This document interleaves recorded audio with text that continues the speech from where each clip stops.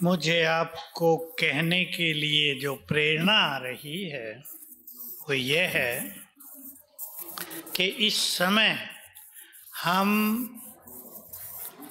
बाबा की मदद के विशेष अनुभव करें जीवन में। उसकी मदद बहुत ज़्यादा हो रही है क्योंकि वो हमारा अपना है। अपनों की मदद की जाती है और वो तो सागर है। हर पल वो तैयार है हमें मदद करने के लिए, है या नहीं? इसलिए सभी उसकी मदद का पूरा फायदा उठाएंगे।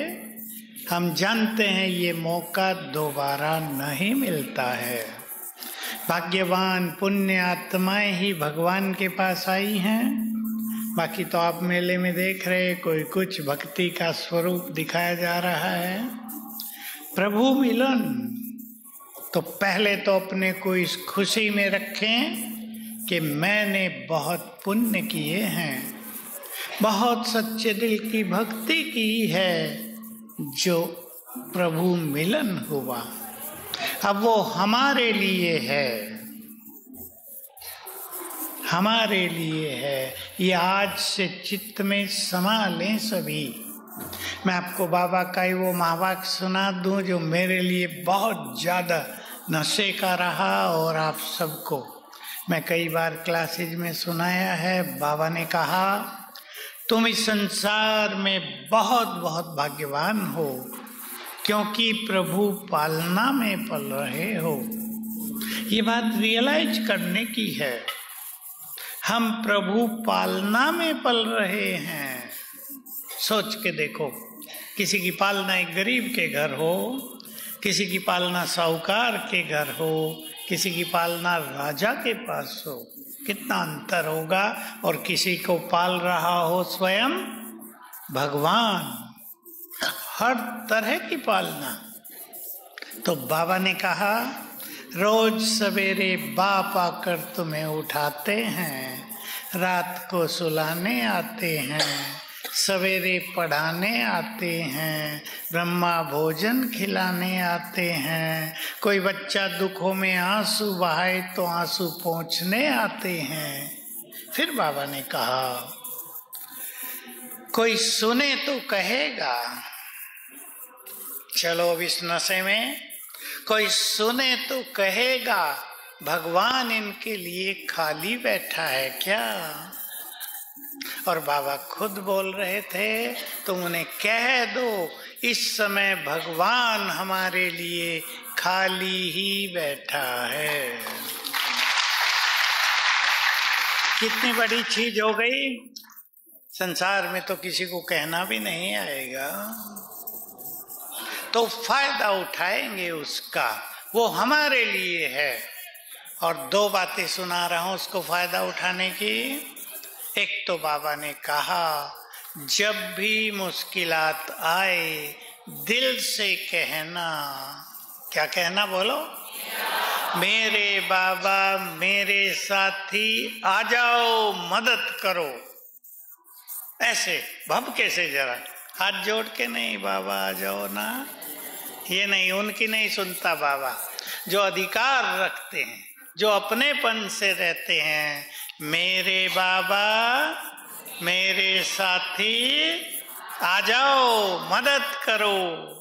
तो बाप भी बंधा हुआ है मदद करने के लिए। तो एक आदत डाल दें आज से आप। मैं तो कहूँगा 10 बार बाबा को बुलाओ। घर से बाहर निकल रहे, आ जाओ। किसी को जॉब है, जॉब पर दुकान पर जा रहे हैं, आ जाओ। वहां पहुंचे, आ जाओ। भोजन बना रहे हैं, आओ। बुलाते रहो, जुड़े भी रहेंगे उससे और उसकी मदद के अनुभव भी होंगे। दूसरी बहुत सुंदर बात है, आज इस बात को ग्रहण कर लें। बात बड़ी भी होती है लेकिन हमारे लिए बहुत छोटी भी है। बाबा ने कहा, बेफिक्र बादशाह बन जाओ, मेरे को तेरे में बदल दो, फिकर बाप को देखकर बेफिक्र बादशाह बन जाओ। ये तो कहा, लेकिन अभी जो 1 मास पहले मुरली चली थी उसमें एक ऐसी लाइन बोल दी, ये बोल के बाद में जो मेरे अंदर समा गई, और वो थी, बच्चे बादशाह बनकर तो देखो। बहुत बड़ी बात, निश्चिंत हो जाओ, लापरवाह नहीं, निश्चिंत बादशाह बन जाओ, बाबा को अर्पित करो अपनी बातें अपनी समस्याएं, और देखो वो क्या करता है। बादशाह बन जाओ। बनेंगे? कौन कौन बनेंगे? बादशाह, एक है स्वराज्य अधिकारी, दूसरे सतयुग के, अब ये बेफिक्र बादशाह। तो ऐसा अनुभव करेंगे, बाबा की वंडरफुल मदद होगी। आने वाला समय हम सबको इस मदद की आवश्यकता महसूस कराएगा।